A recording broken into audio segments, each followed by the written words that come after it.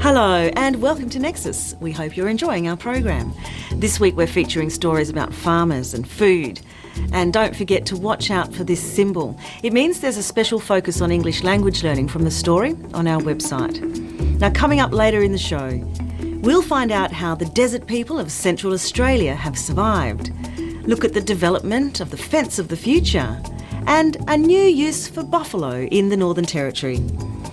Our first story features a man who knows a lot about growing things. Growing up on a farm in South Australia, Nick Poltridge developed a passion for farming. Now he spends half of each year in Tibet, where he's working on ways to solve agricultural problems and learning some new things in the process.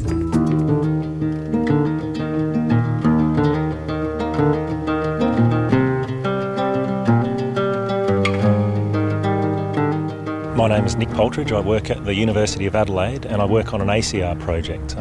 That's the Australian Centre for International Agricultural Research. We're looking to boost fodder and animal feed production in Tibet. The key aspect of the work is to go over to Tibet for 5 or 6 months each year. We have 5 local counterparts that we work with. Together we set up trials to look at boosting grain production and fodder production.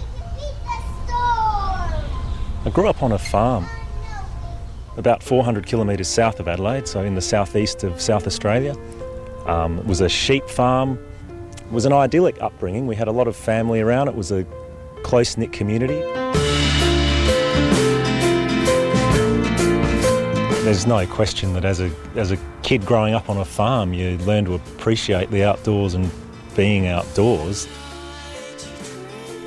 Well, this is lucerne. It's a very nutritious and productive fodder plant, so it's used for animal feed, both here and increasingly in China.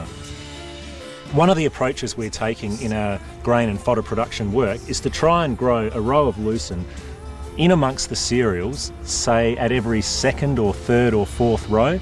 So that's an intercrop approach. It would enable farmers to produce both grain and fodder for animal feed from the same patch of dirt. This is all brought about because in Tibet there's a real lack of animal feeds. The farmers have been producing wheat and barley very successfully for over 1,000 years. Increasingly they've been going into dairy production, and for that you need good quality animal feeds. At the moment there's a real shortage of that. The overgrazing of the mountains in these densely populated valleys in southern Tibet is a big environmental problem as well, and we're looking to help.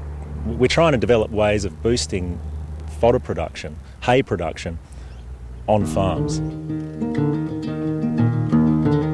Tibet actually runs on China time, so you don't get up until about 8 o'clock. The sun doesn't get up until 8:30. About half the time we go and do field work. So we've got 3 different experimental sites, all within a 200 or 300 kilometre radius of Lhasa. So that's in the southern central Tibet.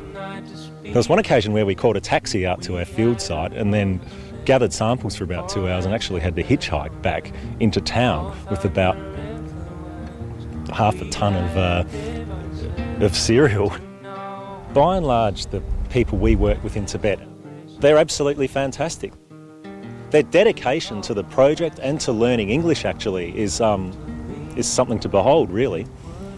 So in many ways it's a privilege to get the chance to work on the project. Look, they do quite good work in adverse circumstances, or in many cases without much infrastructure or much financial support. So I guess there's some sort of resilience of spirit that we as Westerners and Australians definitely admire. So this is a slower maturing cereal. That's the kind of cereal that's grown in Tibet at the moment. We're looking for faster maturing cereals such as these, which could be harvested sooner and provide more opportunity for farmers to then grow a second crop, a fodder crop. I guess a good day on the project in Tibet would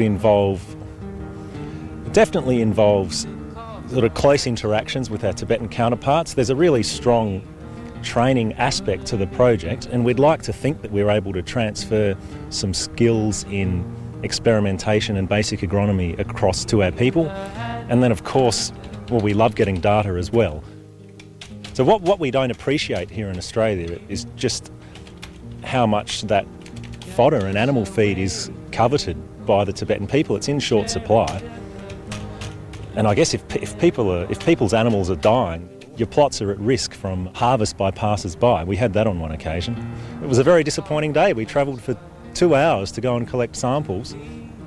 And when we got there, there was basically nothing there, except for 3 cattle tethered in our plots.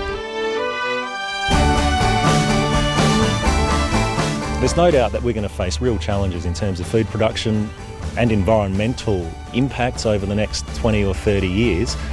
It would be my goal to remain working in the agricultural sector and trying to work through some of the issues we'll face. In these kinds of roles, there's a chance to boost agricultural production